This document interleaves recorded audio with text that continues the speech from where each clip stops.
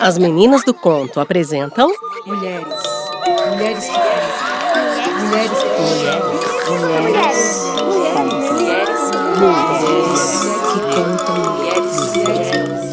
Mulheres que contam mulheres. Histórias de mulheres contadas através do nosso espelho e da nossa janela. O que elas nos contam hoje?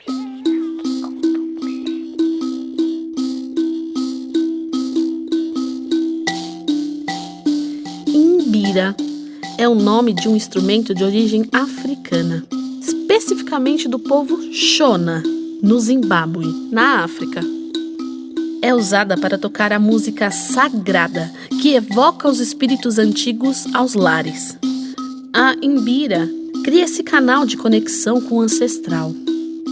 Mas, na terra em que essa história acontece, nem todas as mãos podiam tocar o sagrado instrumento. Ketua morava com sua mãe e seu pai no campo, numa fazenda perto do rio. Adorava se refrescar nas águas. Todos os dias, no final da tarde, ela ia ao rio, pouco antes do pôr do sol, pois era aquela hora do Libanto Barley, a hora das pessoas bonitas.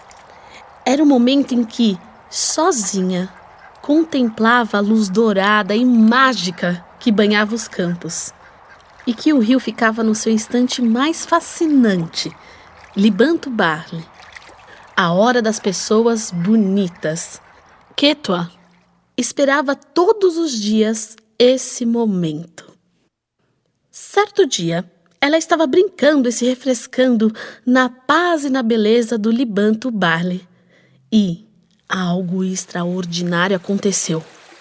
Olhando para dentro da água, grandes ondas se espalharam, aproximando-se dela cada vez mais e mais e mais. E de repente, de dentro do rio, surgiu uma gigantesca mão dourada.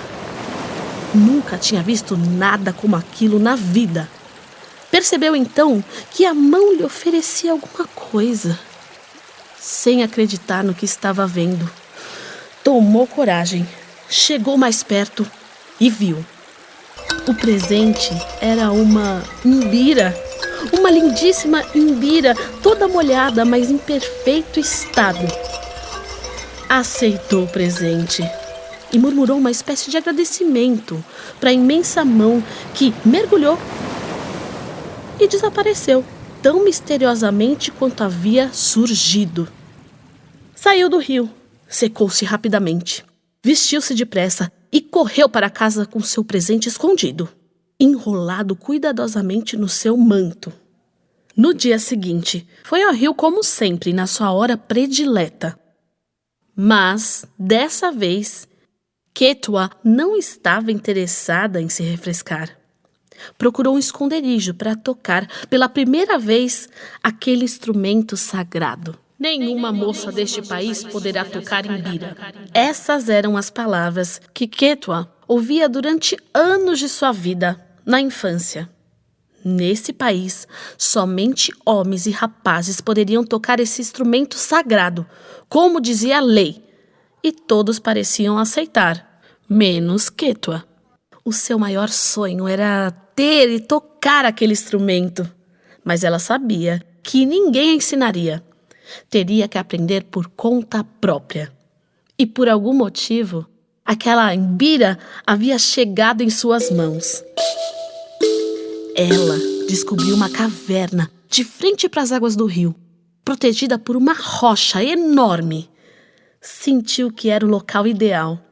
Ajeitou-se confortavelmente, pegou a imbira e, ainda meio hesitante, começou a dedilhar as teclas. E tentou, mas não conseguia tocar as melodias que estavam em sua cabeça. Realmente não era fácil. No dia seguinte voltou à caverna.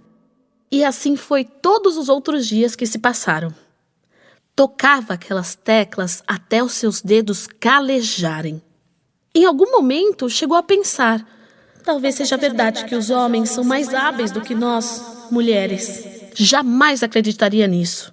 Praticava e praticava, permanecendo horas sozinha na caverna secreta. Mas um dia, algo diferente aconteceu. Ketua deixou que as teclas da Imbira conduzissem os seus dedos. E nesse momento, sentiu que não estava sozinha. Respirou e sentiu. A música estava chegando.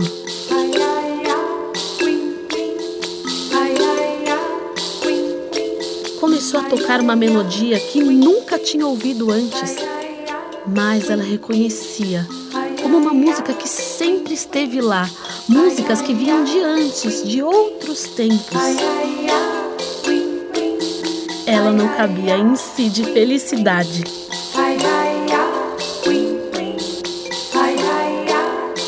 A partir daquele dia, Ketua procurava por sons que a inspirassem onde quer que fosse. O canto dos pássaros oferecia novas melodias para o seu instrumento. O murmúrio das águas do rio lhe inspiravam novos ritmos. Ela podia escutar a música pulsando no seu coração e sangue, batendo nos ossos e percorrendo toda a sua espinha. Mas ainda tinha que manter segredo. Ketua praticava todos os dias o toque do instrumento proibido para as mulheres. Certo dia, recebeu a notícia de que o rei de seu povo havia adoecido repentinamente. Já havia vivido longos anos e era conhecido por sua sabedoria e por ser alegre e festivo. O povo e os súditos estavam entristecidos e muito preocupados. Diferentes tipos de poções medicinais haviam sido trazidas, e ainda que o rei bebesse todas, nada adiantava e ele só piorava. Os anciãos e anciãs começaram a se conformar com a ideia de que o rei não viveria por muito tempo. Foram então ao Carral, uma espécie de fortaleza, para acompanhar o rei na última parte de sua jornada. Neste mesmo momento, Ketua tocava a Imbira em seu esconderijo. Tocava com muita tristeza, desejando de todo o coração que o rei se salvasse. De repente, ouviu uma voz que vinha do fundo da caverna. Parecia um canto. Foi então que ela conseguiu ouvir a melodia.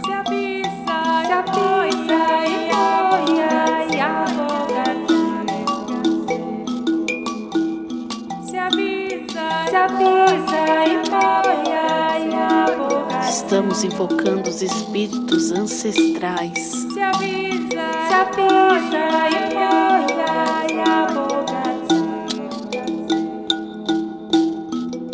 Então ela entendeu. Era o canto sagrado dos ancestrais. Ela sentiu no coração o que teria que fazer. Escutou o chamado daquela canção e começou a tocar a melodia que escutava. Saiu correndo da caverna em direção ao Carral, onde o rei enfermo estava. Parecia que uma força ancestral e poderosa a conduzia em direção ao rei. Os anciãos que lá estavam ouviam os sons da Imbira de longe. Ketua foi se aproximando cada vez mais. Cada vez mais ajoelhou-se e continuou cantando e tocando. À medida que Ketua tocava, os anciãos começaram a ouvir os sons de outras imbiras e de outras vozes que juntavam-se a dela. Parecia que uma multidão de tocadores de imbira enchia o quarto do rei, mas a única pessoa que viam tocando era Ketua.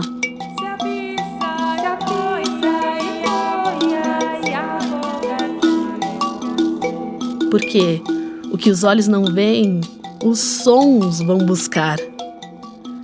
O rei moribundo abriu os olhos, sentou-se na cama e olhou ao redor.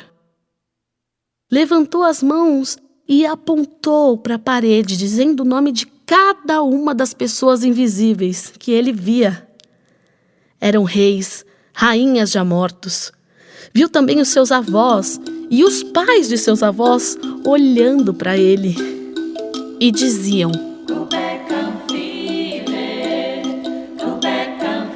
Continue vivendo. Continue vivendo.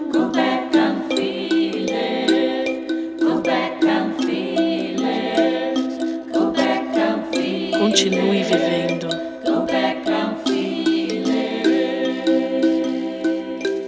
Então, o rei olhou para Quechua, sorriu e agradeceu pela cura. E assim a moça transformou aquele povo.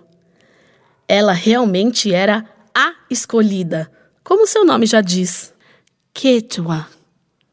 A conexão com a Imbira fez com que ela escutasse os seus antepassados, evocando todas e todos os ancestrais. Quechua sempre esteve acompanhada, nunca esteve só.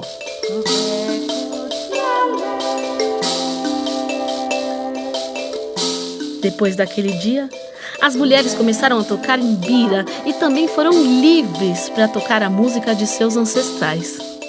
E é assim até hoje. Continue tocando. Kubé Candale. Cosi Cosi Viafela. Aqui termina a minha história.